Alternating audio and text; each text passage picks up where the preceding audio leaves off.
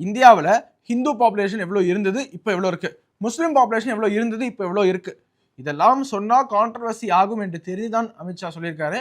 அதோட இதற்கு காரணம் என்ன, ஹிந்து பாப்புலேஷன் குறைவதற்கும் முஸ்லிம் பாப்புலேஷன் ஏறுவதற்கும் காரணம் என்னவென்றால் இன்ஃபில்ட்ரேஷன், ஊடுருவல், சட்டவிரோத ஊடுருவல் தான் காரணம் என்று அடிச்சு சொல்லியிருக்காரு. இதற்கு ஒரு கம்பேரிசன் கொடுக்கிறாரு.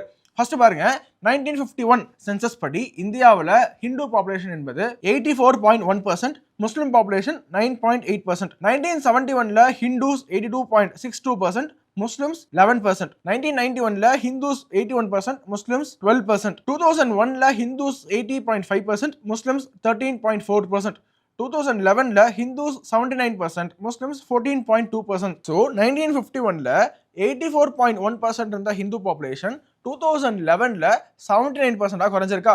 இதுவே முஸ்லிம் பாப்புலேஷன் பாருங்க, 1951ல 9% இருந்தது, 2011ல 14% உயர்ந்திருக்கு.